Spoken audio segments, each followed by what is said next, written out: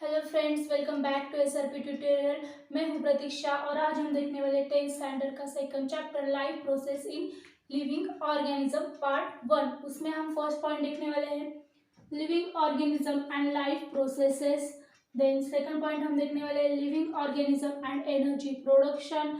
Then third point हम देखने वाले सब nutrients and energy efficiency.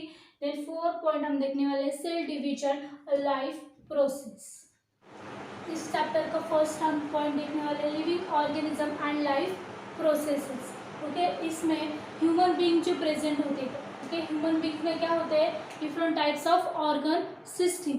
Organ system को समझने के लिए हमने यहाँ पर एक चार्ट लिखा है, आप देख सकते हैं। Cell which is a structural and functional unit of the life और बॉडी। ओके, सेल से क्या बनते हैं, tissue means group of cell which is known as a tissue. Then tissue से क्या बनते हैं, ऑर्गन, एंड ऑर्गन से बनती है हमारी organ system, like digestive system, respiratory system, then circulatory system, excretory system and control system. ये सब क्या है, ऑर्गन सिस्टम।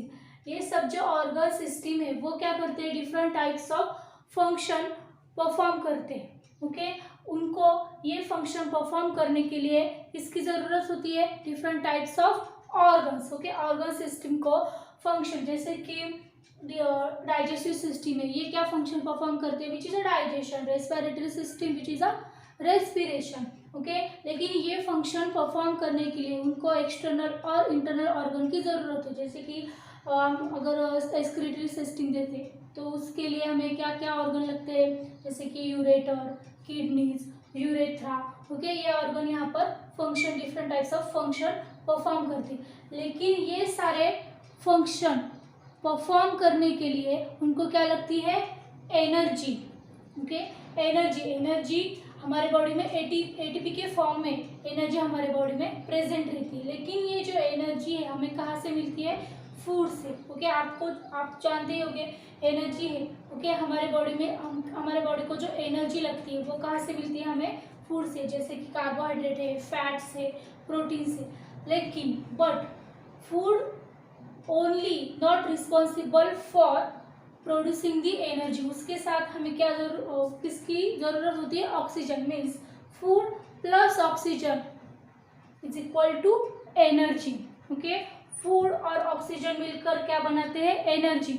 ये एनर्जी अब बन गई, लेकिन ये एनर्जी हमारे ऑर्गन में किस तरह से जाए। ओके, मीन्स ऑर्गन में क्या है, टिश्यू में सेल। एनर्जी यहाँ पर बन गई है, फूड प्लस ऑक्सीजन, एनर्जी तो बन गई, लेकिन हर एक सेल के पास वो एनर्जी जाएगी कहाँ से। ओके, इसके लिए क्या रिस्पॉन्सिबल होता है और क्या हमें हेल्प करता है, विच इज अ ब्लड और circulatory system. Via the blood energy जो कि प्रोड्यूस हुई है वो हर एक सेल के पास वहाँ पर जाती है। पॉइंट क्या था यहाँ पर, living organism and life process. Living organism यानी कि हम, means human beings, then plants, animals, and life process यानी कि जीवन प्रक्रिया। Okay, each life process contributes in its own way in process of energy production.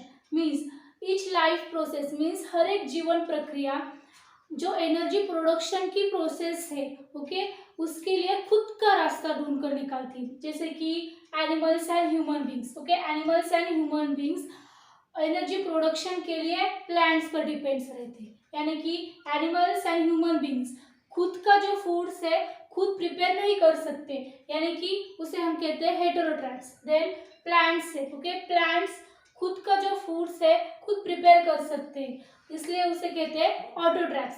Then human है, human beings भी कुछ फैट्स और प्रोटीन्स के लिए भी एनिमल्स पर डिपेंड्स रहते हैं, जैसे कि एनिमल मीट्स वगैरह होते हैं। ठीक है, देन प्लांट्स क्या करते हैं, खुद का जो फूड है खुद बनाकर यूटिलाइज कर देते हैं, लेकिन यूटिलाइज करने के बाद जो रिमेनिंग फूड्स रह गए, ओके, वो इन the form of leaves, fruits, stems और रूट के रूप में वहाँ पर स्टोर करके रखते हैं। देन स्टोर करके रखने के बाद एनिमल्स एंड ह्यूमन है वो ये फूड क्या करते हैं, कंज्यूम कर लेते हैं। ओके, ये जो फूड है वो carbohydrate, fats, protein, vitamin and minerals etcetera इसके रूप में वहाँ पर स्टोर करके रखा जाता है। देन कार्बोहाइड्रेट्स है, कार्बोहाइड्रेट्स हमें कहाँ से मिलता है? मिल्क यानी कि एनिमल से मिल सकता है, फ्रूट से मिल सकता है, जेगरी, वेजिटेबल्स एंड पोटैटो से हमें यहाँ पर कार्बोहाइड्रेट्स मिलता है। Then carbohydrates we get 4 kilocalorie energy per gram of carbohydrate, means each 1 gram से हमें क्या मिलता है? 4 किलोकैलोरी एनर्जी हमें हमारे बॉडी को मिलती है। This is a detail diagram for the respiration process. ये डायग्राम आपको एग्जाम में नेमिंग के लिए पूछी जा सकती है। इस चैप्टर का हमारा सेकंड पॉइंट है living organism and energy production. Okay, energy कैसे प्रोड्यूस होती है हमने फर्स्टली देखा था। ओके, एनर्जी विच इज हमारे बॉडी में किस फॉर्म में प्रेजेंट होती है? In the form of ATP. Okay, food plus oxygen क्या प्रोड्यूस होती है? एनर्जी। ओके, लेकिन ये जो एनर्जी है इन डिटेल किस तरह से प्रोड्यूस होती है ये हम यहाँ पर देखने वाले। ओके, फूड से हमें मिलती है energy. Food in the form of carbohydrate हो सकता है, प्रोटीन्स हो सकता है या फिर फैट्स। ओके, कार्बोहाइड्रेट्स का ब्रेकडाउन होकर हमें क्या मिलता है? ग्लूकोज। देन प्रोटीन्स का अमीनो एसिड बनता है, then fats, fatty acid and alcohol. Okay, इस तरह से फूड से हमें मिलती है एनर्जी। लेकिन एक इम्पॉर्टेंट पार्ट है which is oxygen. Okay, energy बनाने के लिए फूड को क्या लगता है यहाँ पर? ऑक्सीजन। ऑक्सीजन कहाँ से आता है? इन द फॉर्म ऑफ, और रेस्पिरेशन जो प्रोसेस है वहां से हमें क्या मिलता है? ऑक्सीजन। ठीक है, सो रेस्पिरेशन ये जो प्रोसेस है हम इन डिटेल देखते हैं। रेस्पिरेशन 2 पार्ट्स में हम यहाँ पर देखने वाले हैं, body level respiration and cellular respiration. Body level respiration which is simple respiration, exchange of O2 and CO2 means oxygen and carbon dioxide with body and surrounding which is known as a body level oxygen, means carbon dioxide and CO2 का क्या होता है? सिर्फ exchange with body and surrounding. Surrounding से क्या आता है? Oxygen. यानी हमारे बॉडी से क्या एक्सचेंज होता है? Carbon dioxide. Okay, which is known as a body level respiration. Then second है सेल्युलर रेस्पिरेशन। नाम से यहाँ पर पता चलता है, सेल्युलर मीन्स सेल के अंदर होने वाला जो रेस्पिरेशन है which is called as a cellular respiration. Food stuff oxidize either without और विथ और without help of oxygen. Food stuff हमने यहाँ पर देखा था, कार्बोहाइड्रेट हो सकता है, प्रोटीन्स या फिर फैट्स। इसका मेटाबॉलिज्म होकर क्या बनता है? Glucose, amino acid and fatty acid. Energy है, एनर्जी हमारे बॉडी में नॉर्मली कार्बोहाइड्रेट से हमें मिलती है, मीन्स कार्बोहाइड्रेट का मेटाबॉलिज्म होके ग्लूकोज बनता है, फिर इस ग्लूकोज से हमें एनर्जी मिलती है। लेकिन इस समय में अगर हमने कोई फास्ट रखा होगा और हमें कोई फूड नहीं मिला, देन उस समय पर हम प्रोटीन्स या फिर फैट्स का यूज करके वहां से हमें एनर्जी मिलती है। मीन्स इन द बॉडी जो एनर्जी स्टोर करके रखी जाती है वो प्रोटीन्स या फिर फैट्स के रूप में हमें वो एनर्जी वो बॉडी में हमारे स्टोर करके रखी जाती है। ठीक है, मीन्स सेल्यूलर कहाँ से? Cellular respiration. फूड स्टफ यानी कि ग्लूकोज। ओके, कार्बोहाइड्रेट्स या फिर उसका मेटाबॉलिज्म होकर क्या बनता है? ग्लूकोज का क्या होता है यहाँ पर? Oxidation. Food stuff oxidize either. Okay, food stuff यानी कि ग्लूकोज, फूड स्टफ का क्या होता है? ऑक्सीडेशन होता है, मीन्स ग्लूकोज का यहाँ पर क्या होने वाला है? ऑक्सीडेशन। आइदर विथ और without help of oxygen, means with the help of भी उसका ऑक्सीडेशन हो सकता है या फिर विदाउट हेल्प ऑफ उसका ऑक्सीडेशन होकर यहाँ पर जो प्रोसेस होती है या फिर रेस्पिरेशन होती है उसे हम कहते हैं cellular respiration. Okay, then cellular respiration होने के बाद वहाँ पर एनर्जी प्रोड्यूस होती है in the form of ATP. Then cellular respiration हम 2 टाइप्स में देखने वाले, aerobic respiration and anaerobic respiration. Aerobic means नाम से यहाँ पर हमें पता चलता है in the presence of oxygen which is a aerobic respiration, in the absence of oxygen which is a anaerobic respiration. First cellular respiration which is a aerobic respiration. Okay, with the help of oxygen जो respiration करके हम energy produce करते हैं which is a aerobic respiration. Then aerobic respiration में यहाँ पे 3 step आपको देखने को मिलेगी। फर्स्ट स्टेप है ग्लाइकोलिसिस, सेकंड है टीसीए साइकिल, थर्ड है ATC reaction. TCA means tri carboxylic acid cycle and ETC means electron transfer chain reaction. उसमें से जो कि फर्स्ट स्टेप है हम यहाँ पर देखने वाले हैं glycolysis. Glycolysis which is the first step of aerobic respiration. Glycolysis है वो सेल के जो साइटोप्लाज्म पार्ट होता है, ओके, वहां पर ग्लाइकोलिसिस जो स्टेप है ऑकर होती है। Then glyco means glucose and lysis means breakdown. Glucose का ब्रेकडाउन होने का जो प्रोसेस है which is a glycolysis. Then breakdown of glucose into 2 molecules of each, that is pyruvic acid, ATP, H2O and NADH2। इसके जो long form है हमने description box में दी है, वहां से आप पढ़ लेना, ठीक है। Breakdown of glucose into 2 molecules means glycolysis जो साइकिल है उसमें क्या होता है, ग्लूकोज का ब्रेकडाउन होता है। In this cycle glucose breakdown होने के बाद दो मॉलिक्यूल मीन्स पायरुविक एसिड के 2 मॉलिक्यूल, देन एटीपी के 2 मॉलिक्यूल, वाटर के 2 मॉलिक्यूल और NADH2 के भी 2 मॉलिक्यूल वहां पर प्रोड्यूस होते हैं, ओके। इसे हम कहते हैं ग्लाइकोलिसिस। क्या होता है ग्लाइकोलिसिस में, जो कार्बोहाइड्रेट है, ठीक है, कार्बोहाइड्रेट का क्या होता है, ग्लूकोज में उनका मीन्स कार्बोहाइड्रेट का सिंपल वर्जन क्या है, ग्लूकोज। ग्लूकोज का क्या होता है ग्लाइकोलिसिस। ग्लाइकोलिसिस होने के बाद वहां पर पायरुविक एसिड प्रोड्यूस होने वाला है, लेकिन वो पायरुविक एसिड प्रोड्यूस होने के बाद मीन्स यहाँ पर हमारी जो ग्लाइकोलिसिस साइकिल है रेडी होती है, लेकिन उसके बाद एसिटिल कोएंजाइम ए भी यहाँ पर तैयार होता है, जो कि जो नेक्स्ट साइकिल हम देखने वाले विच इज टीसीए साइकिल, उसमें जो एसिटिल कोएंजाइम ए है वो वहाँ पर कंटिन्यू करता है। अब हम ग्लाइकोलिसिस इन डिटेल में देखेंगे। यहाँ पर ग्लूकोज, ओके, ग्लूकोज का कन्वर्जन किसमें होने वाला है, 2 मॉलिक्यूल्स ऑफ पायरुविक एसिड्स। यहाँ पर एक शॉर्ट रिएक्शन हमने देखी है ग्लाइकोलिसिस की, glucose plus 2 molecules of NAD plus 2 molecules of ADP which are converted into 2 molecules of pyruvic acid, 2 molecules of NADH2 and 2 molecules of ATP, ठीक है। Means यहाँ पर हमने स्टार्टिंग प्रोडक्ट लिया है ग्लूकोज, ओके। ग्लूकोज का conversion किसमें होने वाला है, glucose 6 phosphate, okay. Glucose which are converted into glucose 6 phosphate in the presence of ATP means यहाँ पर ATP एक यूज होने वाला है, ओके। ग्लूकोज का कन्वर्जन ग्लूकोज 6 फॉस्फेट में होते समय यहाँ पर एक ATP हम यूज करने वाले हैं। Then glucose 6 phosphate which are converted into fructose 6 phosphate, then fructose 6 phosphate converted into fructose 1,6 diphosphate. यहाँ पर भी हमने एक ATP मॉलिक्यूल का यूज किया है। Then fructose 6 phosphate which are converted into DHAP and PGAL means dihydroxyacetone phosphate and फॉस्फोग्लिसरॉल्डिहाइड। इसके जो लॉन्ग फॉर्म है हमने डिस्क्रिप्शन बॉक्स में दिए हुए। देन PGAL, यहाँ पर PGAL के अब हम लेने वाले हैं 2 molecules, okay.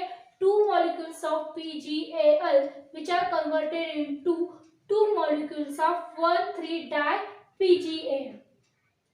2 molecules of PGAL means phosphoglyceraldehyde which are converted into 2 molecules of 1,3-di-PGA. PGA means phosphoglyceric acid, okay. यहाँ पर भी हमने क्या किया है, 2 molecules of NAD का कन्वर्जन हुआ है 2 molecules of NADH2, ठीक है। Then 2 molecules of 1,3-di-PGA which are converted into 2 molecules of PGA। यहाँ पर भी 2 molecules से ATP के बन चुके हैं, ठीक है। यहाँ पर ATP का यूज हुआ था मीन्स ATP माइनस हुआ था, लेकिन यहाँ पर ATP प्लस हुआ है और वो भी 2 molecules के साथ, ठीक है। यहाँ पर मीन्स हमें 2 molecules of ATP मिल गए। Then PGA which are converted into 2 molecules of 2 PGA, then 2 PGA which are converted into PEPA, then 2 molecules of PEPA which are converted into 2 molecules of pyruvic acid। यहाँ पर भी हमें 2 ATP मिले हैं, ठीक है। हमने क्या देखा, glucose which are converted into glucose 6 phosphate, fructose, then glucose 6 phosphate converted into fructose 6 phosphate, fructose 6 phosphate converted into fructose 1,6 diphosphate, fructose 1,6 diphosphate converted into DHAP and PGAL, PGAL converted into 1,3-di-PGA, then 1,3-di-PGA which is converted into PGA, then 2-PGA, PEP and pyruvic acid। यहाँ पर आप देखिए, यहाँ पर 2 molecules of ATP बन चुके हैं, यहाँ पर भी 2 molecules of ATP हमको मिले, मीन्स 2 और 2 कितने हो गए 4। यहाँ पर हमें 4 molecules of ATP मिल चुके हैं ग्लाइकोलिसिस से, लेकिन यहाँ पर एक ATP यूज हो गया और यहाँ पर भी एक ATP यूज हो गया, मीन्स 4 - 2 कितने हो गए 2 molecules, 4 - 2 हो गए 2 molecules, मीन्स यहाँ पर हमें सिर्फ 2 molecules of ATP यहाँ पर मिले। ग्लाइकोलिसिस से हमें कितने मिले हैं 2 molecules of ATP, ठीक है। देन यहाँ पर देखिए आप NAD का कन्वर्जन हुआ है NADH2, मीन्स यहाँ पर हमें 2 molecules of NADH2 भी मिले, 2 molecules of ATP मिले हैं, देन 2 molecules of NADH2 मिले हैं, और लास्ट प्रोडक्ट हमारा 2 molecules of pyruvic acid, ठीक है। मीन्स हम ओवरऑल देखें तो glucose plus NAD plus ADP, इसका जो प्रोडक्ट है क्या मिला है हमें 2 molecules of pyruvic acid, यहाँ पर मिला है 2 molecules of pyruvic acid, then 2 molecules of NADH2, यहाँ पर देखिए मिला है 2 molecules of NADH2 and 2 molecules of ATP कहाँ से मिला, यहाँ पर 2 मिल गए ATP, यहाँ पर 2 मिल गए ATP, एडिशन से हुए 4, लेकिन हमने 2 यूज कर लिए इसलिए 4 - 2, सो कितने हो गए 2 molecules of ATP यहाँ पर हमें मिल चुके हैं। देन नेक्स्ट हम देखने वाले हैं TCA cycle which is also called as Krebs cycle and citric acid cycle. Okay, TCA के जो क्वेश्चन है वो आपको क्रेब्स साइकिल या फिर साइट्रिक एसिड के बारे में भी, मीन्स इसके जो सिनोनिम है वो भी आप याद रखना। Okay, TCA cycle which is second step of aerobic respiration, जैसे कि हमने ग्लाइकोलिसिस देखा था, glycolysis which is the first step of the aerobic respiration, then TCA cycle which is the second step of the aerobic respiration, then occurs in mitochondria, जो कि TCA cycle है वो mitochondria में ऑकर्स होता है। हमने पहला देखा था ग्लाइकोलिसिस, वो कहाँ पे ऑकर होता था, वो साइटोप्लाज्म, मीन्स सेल के साइटोप्लाज्म में ग्लाइकोलिसिस था वो ऑकर होता था, और TCA साइकिल है यानी कि क्रेब्स साइकिल वो कहाँ पर ऑकर होती है, सेल के माइटोकॉन्ड्रिया में। The cyclic process through which acetyl coenzyme A is completely oxidized and CO2 is released in stepwise manner which is known as a Krebs cycle. Okay, cyclic process means हमने यहाँ पर देखा था glucose से pyruvic acid then acetyl coenzyme which is a state manner cycle, ठीक है। Then TCA cycle है वो क्या है, साइक्लिक प्रोसेस है, मीन्स एसिटिल कोएंजाइम ए बनने के बाद अगेन साइकिल कंप्लीट होती है, फिर एसिटिल कोएंजाइम सेकंड से, मीन्स यहाँ पर हमने देखा था 2 एसिटिल कोएंजाइम ए बनते हैं, ठीक है। फर्स्ट साइकिल होने के बाद अगेन सेकंड साइकिल होती है, that's why it is a cyclic process. The cyclic process through which acetyl coenzyme A, okay, acetyl coenzyme A is completely oxidized, acetyl coenzyme में क्या होता है, ऑक्सीडेशन होता है, and CO2 is released in stepwise manner, okay. Acetyl coenzyme ए का यहाँ पर क्या होता है, ऑक्सीडेशन होता है, एंड जो कार्बन डाइऑक्साइड है उसका स्टेप वाइज मैनर में रिलीज होता है, which is called as the Krebs cycle या फिर TCA साइकिल, ठीक है। Acetyl coenzyme A means glucose हमने देखा था, उसका ग्लाइकोलिसिस होने के बाद यहाँ पर क्या प्रोड्यूस हुआ है, pyruvic acid, okay. Pyruvic acid से क्या बना है, यहाँ पर 2 molecules ऑफ एसिटिल कोएंजाइम। ये प्रोसेस कहाँ पर हुई थी, साइटोप्लाज्म में। देन सेल के साइटोप्लाज्म में ये प्रोसेस होने के बाद जो एसिटिल कोएंजाइम ए वो कहाँ पर एंटर करता है, सेल के माइटोकॉन्ड्रिया में, means 2 molecules of acetyl coenzyme ए यहाँ पर क्रेब्स साइकिल होने के बाद वो क्या बनाता है, carbon dioxide H2O means water, NADH2 and FADH2। ये जो प्रोसेस है यहाँ तक की थी वो है TCA साइकिल, ठीक है। देन नेक्स्ट है ETC साइकिल या फिर ETC reaction means electron transfer chain reaction which is the third step of the aerobic respiration. First क्या होती है ग्लाइकोलिसिस, सेकंड क्या होती है क्रेब्स साइकिल, देन थर्ड है ETC reaction which is occurs in the mitochondria. Glycolysis कहाँ पर occur हुई थी, सेल के साइटोप्लाज्म में। देन नेक्स्ट थी क्रेब्स साइकिल, वो कहाँ पर ऑकर हुई थी, सेल के माइटोकॉन्ड्रिया में। Also ETC cycle and occur into the mitochondria of the cell. इसमें क्या हुआ था मीन्स ग्लूकोज से ग्लाइकोलिसिस होने के बाद पायरुविक एसिड बना, पायरुविक एसिड से एसिटिल कोएंजाइम बना। देन ये एसिटिल कोएंजाइम साइटोप्लाज्म में प्रेजेंट था जो कि माइटोकॉन्ड्रिया में उसने एंटर किया। देन उससे क्या बना था CO2, H2O, NADH2 and FADH2। यहाँ तक की जो प्रोसेस थी वो क्या थी glycolysis and Krebs cycle. Then यहाँ से क्या शुरू होने वाला है ETC साइकिल। ETC साइकिल से यहाँ पे NADH2 से 2 ATP मॉलिक्यूल बनेंगे मीन्स यहाँ पर हम देख सकते हैं NADH2 से क्या बनेंगे 2 ATP मॉलिक्यूल्स एंड FADH2 से क्या बनेंगे 3 ATP मॉलिक्यूल्स मीन्स एनर्जी यहाँ पर प्रोड्यूस होने वाली है। ठीक है, मीन्स यहाँ पर एनर्जी प्रोड्यूस हुई है।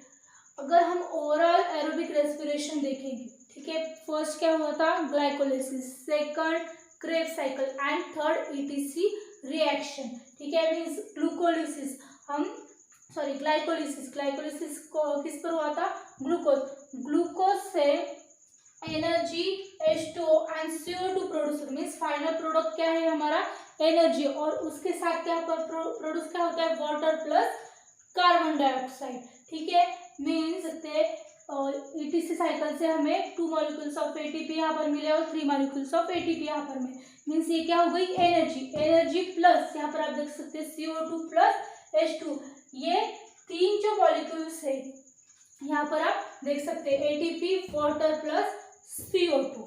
ठीक है, मीन्स एरोबिक रेस्पिरेशन से ग्लूकोज का glycolysis means glycolysis then Krebs cycle and उसके बाद ETC रिएक्शन होने के बाद जो फाइनल प्रोडक्ट बचता है विच इज एनर्जी उसके साथ वाटर प्लस CO। देन हम ये जो 2 चार्ट देखने वाले हैं which is the most important और one of the most important point for this chapter. ठीक है, यहाँ पर जो चार्ट दिया है वो एनर्जी प्रोडक्शन का चार्ट है by the aerobic respiration. Then यहाँ पर जो चार्ट दिया है which is a chart for anaerobic respiration means living organism में अनएरोबिक रेस्पिरेशन किस तरह से होता है, इसके लिए ये जो चार्ट है ये दो भी चार्ट आपको एग्जाम में ठीक है करेक्ट करने के लिए पूछे जा सकते हैं। विच यहाँ पर क्या है energy production. Okay, this chart for the energy production by the aerobic respiration means lipids carbohydrates and proteins. ये क्या है फूड से मिलने वाले जो न्यूट्रिएंट्स है which is lipids carbohydrates then proteins. हमने पहले भी देखा था कि लिपिड का मेटाबॉलिज्म होके क्या बनते हैं यहाँ पर फैटी एसिड्स, देन कार्बोहाइड्रेट से बनते हैं ग्लूकोज का क्या होता है ग्लाइकोलिसिस, देन प्रोटीन से बनते हैं अमाइनो एसिड। ठीक है, यहाँ पर क्या हुआ है लिपिड से बने फैटी एसिड देन कार्बोहाइड्रेट से बने ग्लूकोज का क्या हुआ है हमने देखा था ग्लूकोज से ग्लाइकोलिसिस हुआ था। देन ग्लाइकोलिसिस होके वहाँ पर बने थे 2 molecules of pyruvic acid, then pyruvic acid से बने थे क्रेब्स साइकिल में acetyl coenzyme A, then means acetyl coenzyme A Krebs cycle में जाकर वहाँ पर क्या हमें प्रोड्यूस होती है which is energy with water and carbon dioxide. Then same lipid का भी क्या होगा यहाँ पर फैटी एसिड बनेंगे, देन फैटी एसिड का कन्वर्जन होगा एसिटिल कोएंजाइम A में, देन क्रेब्स साइकिल से यहाँ पर हमें एनर्जी मिलेगी। सेम प्रोटीन से क्या होगा हमको क्या मिलेगी अमाइनो एसिड का कन्वर्जन होगा एसिटिल कोएंजाइम A में, देन वो एसिटिल कोएंजाइम A में क्रेब्स साइकिल में जाके एनर्जी प्रोड्यूस करेंगे। ये इस तरह का चार्ट हमें देखने को मिलेगा, आपके बुक में भी ये चार्ट है, ठीक से वहाँ से देख लेना। देन नेक्स्ट जो चार्ट है ओके विच इज मीन्स ये जो चार्ट है ये अनएरोबिक रेस्पिरेशन का चार्ट है। यहाँ पर भी आप देख सकते हैं ग्लूकोज का कन्वर्जन मीन्स ग्लूकोज कार्बोहाइड्रेट से हमें क्या मिला है ग्लूकोज मीन्स जो ग्लूकोज है ग्लूकोज की क्या होगी ग्लाइकोलिसिस। सेम यहाँ पर जो कार्बोहाइड्रेट से ग्लूकोज मिला ग्लूकोज की क्या हो गई ग्लाइकोलिसिस। मीन्स ये जो स्टेप है एरोबिक एंड अनएरोबिक रेस्पिरेशन में कॉमन स्टेप है। तो ग्लूकोज का क्या होगा, ग्लाइकोलिसिस। लेकिन ग्लाइकोलिसिस से क्या बनेगा, पायरुविक एसिड। यहाँ पर आप देख सकते हैं, यहाँ पर भी पायरुविक एसिड है, यहाँ पर भी पायरुविक एसिड है और यहाँ पर पायरुविक एसिड है। सेम प्रोसेस यहाँ पर भी हुई थी, ग्लूकोज से क्या बने थे, मीन्स ग्लाइकोलिसिस से पायरुविक एसिड एंड प्रोडक्ट हमें मिला था। देन पायरुविक एसिड का क्या होगा यहाँ पर, fermentation, which is a step for anaerobic respiration only.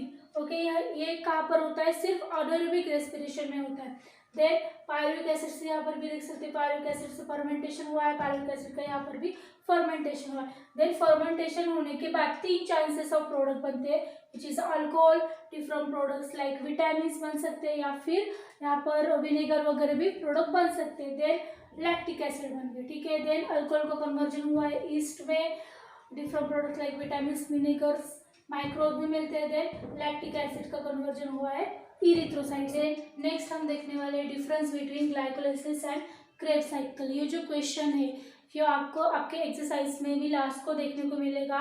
First step हम मीन्स फर्स्ट डिफरेंस हम देखने वाले हैं ग्लाइकोलाइसिस एंड क्रेब्स साइकिल का। Glycolysis which is a first step of aerobic respiration and Krebs cycle which is a second step of aerobic respiration. हमने 3 process aerobic respiration के देखे थे, ओके। उसमें से glycolysis which is a first step and Krebs cycle which is a second step. Then takes place in the cytoplasm, cell के cytoplasm में glycolysis होती है, और takes place in the mitochondria means cell के mitochondria जो organ है उसमें Krebs cycle है, जो साइकिल है वो वहाँ पे ऑकर होती है। Occur in a linear sequence. Glycolysis हमने देखा था, ग्लूकोज का पायरुविक एसिड में कन्वर्जन होता है, लेकिन वो जो सीक्वेंस है वो लीनियर है। लेकिन क्रेब्स साइकिल का जो सीक्वेंस है वो कैसा है, सर्कुलर। और हम कह सकते हैं यहाँ पर हमने वर्ड यूज किया है which is a cyclic. Cyclic यहाँ को जो क्रेब्स साइकिल जो सीक्वेंस है which is a cyclic sequence. Then O2 is required means oxygen यहाँ पे रिक्वायर्ड है, किसमें, ग्लाइकोलाइसिस के लिए ऑक्सीजन रिक्वायर्ड है और क्रेब्स साइकिल के लिए ऑक्सीजन रिक्वायर्ड नहीं है। Then also called as EMP pathway. EMP है जो EMP ये जो वर्ड है मीन्स ये कहाँ से आया है, ये ग्लाइकोलाइसिस करने के लिए जो साइंटिस्ट ने वहाँ पर अपना योगदान दिया है उनके इनिशियल से यहाँ पर EMP ये जो वर्ड है ये बना है, means also called as EMP pathway and Krebs cycle also called as TCA cycle. Next difference है occurs in living organism and Krebs cycle occurs in the air. Then 7 number का difference है no carbon dioxide evolve, carbon dioxide evolve. Then 8 number का last difference है occur in one time, occur in 2 time. ये जो glycolysis process थी जो कि linear वे से होने वाली थी वो सिर्फ 1 टाइम होती है, और क्रेब्स साइकिल है जो कि साइक्लिक वे से होती है वो 2 टाइम्स होती है, ठीक है। मीन्स कार्बन जो पायरुविक एसिड हमने ग्लाइकोलाइसिस में बनते हुए देखे थे वो कितने बने थे, 2। वो 2 पायरुविक एसिड जब माइटोकॉन्ड्रिया में जाके क्रेब्स साइकिल परफॉर्म करेंगे, लेकिन पायरुविक एसिड कितने हैं, 2, इसलिए क्रेब्स साइकिल कितनी बार होगी, 2 बार होगी, और ग्लाइकोलाइसिस कितनी बार होगी, सिर्फ 1 टाइम। देन लास्ट इस कंसेप्ट का जो लास्ट पॉइंट है हम देखने वाले difference between aerobic respiration and anaerobic respiration. First takes place in presence of O2 means aerobic respiration takes place in the presence of the oxygen, and नाम से ही पता चलता है anaerobic respiration which is takes place in absence of oxygen. Then second point, end products are energy, water and carbon dioxide. Then anaerobic के end points है end products are CO2, ethanol and energy. Then third point, gives more energy than anaerobic respiration and gives less energy than aerobic respiration. Then gases are exchange. Aerobic respiration में gases exchange होते हैं, लेकिन anaerobic respiration में gases exchange नहीं होते। Occurs in higher organism, aerobic respiration है वो कहाँ पे ऑकर होता है, हायर ऑर्गेनिज्म में, जैसे कि मैमल्स वगैरह, and occurs in the lower organism like microorganisms. Then found in cytoplasm and mitochondria means हमने एरोबिक रेस्पिरेशन के 3 स्टेप जो देखे थे, ओके। फर्स्ट स्टेप था ग्लाइकोलाइसिस, ग्लाइकोलाइसिस कहाँ पे ऑकर होता है, साइटोप्लाज्म में। देन नेक्स्ट देखा था आपने क्रेब्स साइकिल, क्रेब्स साइकिल कहाँ पे ऑकर होता है, mitochondria means cytoplasm and mitochondria में एरोबिक रेस्पिरेशन होता है, लेकिन अनएरोबिक रेस्पिरेशन है वो सिर्फ और सिर्फ साइटोप्लाज्म में होता है। में देखेंगे इसके आगे का जो पार्ट है हम लेक्चर नंबर 2 में देखेंगे। Thank you.